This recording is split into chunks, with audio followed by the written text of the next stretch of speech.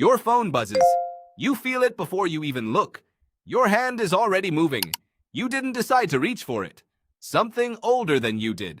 The real answer is far stranger than willpower or bad habits.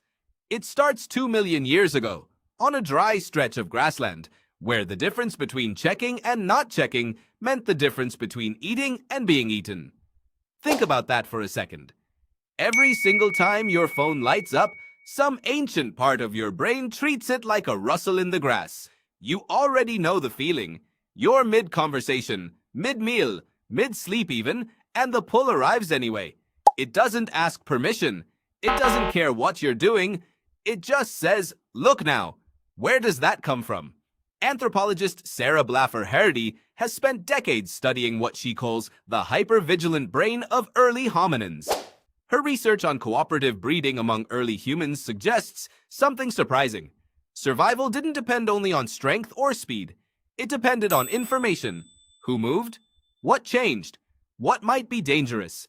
Missing a signal could cost you your life or the life of your child. So your ancestors developed a brain that treats new information as urgent. Not interesting. Urgent. A brain that rewards checking, because checking used to keep you alive. Here's the twist. That brain never got the memo that the world changed. You are not standing in tall grass anymore. There is no lion behind the acacia tree. But your nervous system doesn't know the difference between a predator and a push notification. Both trigger the same ancient alarm. Both say something changed, you need to know now. Psychologist B.F. Skinner discovered something in the 1950s that explains why this alarm is so hard to switch off. He was studying pigeons, not people. He built a box with a lever.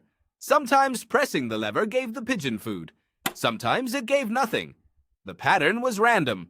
You'd expect the pigeons to lose interest. They didn't. They pressed harder, faster, almost obsessively. Skinner called this a variable ratio reinforcement schedule. Unpredictable rewards create the strongest compulsion of all. Stronger than rewards you can count on every time. Sound familiar? Your phone is not a lever, but it works exactly like one. Sometimes you check it and there's nothing. Sometimes there's a message that makes your whole day better. You never know which one it will be. That unpredictability is not an accident. It is the same mechanism that made Skinner's pigeons peck until they were exhausted. Your ancestors' brains were built to seek unpredictable rewards too. A berry bush might be empty, or it might be full. You had to keep checking, because sometimes checking meant survival, and sometimes it meant nothing, and you never knew in advance which day it would be. Two systems, separated by 2 million years, running on the exact same code. Now add another layer. Humans are, before anything else, a social species. Evolutionary psychologist Robin Dunbar has argued that human brains grew as large as they did primarily to track social relationships. Not tools, not hunting, relationships. Who is trustworthy? Who is angry with you? Who might help you tomorrow? Dunbar's research proposed that humans can comfortably maintain relationships with around 150 people. That number matters, because for most of human history, your social world actually was that size. A tribe, a band, a village. Everyone in it mattered to your survival, and you were built to monitor all of it constantly. Your phone did not shrink that instinct, it exploded it.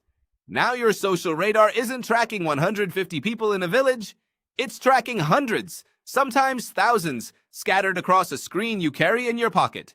Every like, every reply, every read receipt registers in the same part of your brain that once tracked who shared meat with you and who didn't. Is it any wonder you can't put it down? Neuroscientist Wolfram Schultz uncovered something else that deepens this picture. Studying dopamine in the brain, Schultz found that dopamine doesn't spike most when you receive a reward. It spikes hardest in anticipation of a reward, especially an uncertain one. The wanting, not the having, is where the chemical surge lives. That means the moment before you check your phone, the half second where you don't yet know what's there, is often more neurologically potent than whatever you actually find. You are not addicted to your phone. You are addicted to the space right before the answer. Your ancestors lived inside that space constantly. Is there fruit on that tree this week? Is that shape in the distance a threat? The not knowing kept them alert, alive, engaged with their environment every waking hour. You've inherited that same appetite for not knowing. You just replaced the tree line with a lock screen. There's something else worth sitting with. Early humans lived in small, tight groups where nearly every piece of information was relevant to them directly. If something happened in camp, it likely affected you. There was no such thing as irrelevant news. Your phone erased that filter completely. Now you receive information about strangers on the other side of the planet, and your ancient alarm system responds the same way it would to news about your own tribe. It cannot fully tell the difference. Somewhere in your body, a headline about a stranger's disaster can register with a flicker of the same urgency as danger in your own camp. That's not weakness.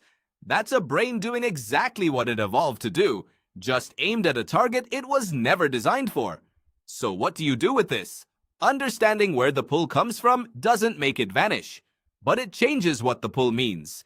It's not proof that something is wrong with you. It's proof that your biology is remarkably well preserved. The same wiring that helped a small band of humans survive the African savanna is still active in your skull today, just firing at the wrong signals in the wrong century. Some researchers, including those building on Dunbar's and Schultz's work, have pointed out that the mismatch between our ancient wiring and modern information volume may be one of the defining psychological challenges of this era. Not because the wiring is broken, because the environment changed faster than biology ever could.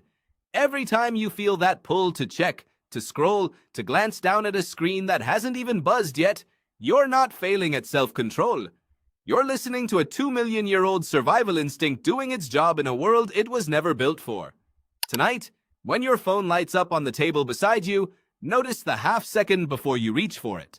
That's not modern impatience. That's an ancient hunter, still scanning the grass, still waiting to find out what changed.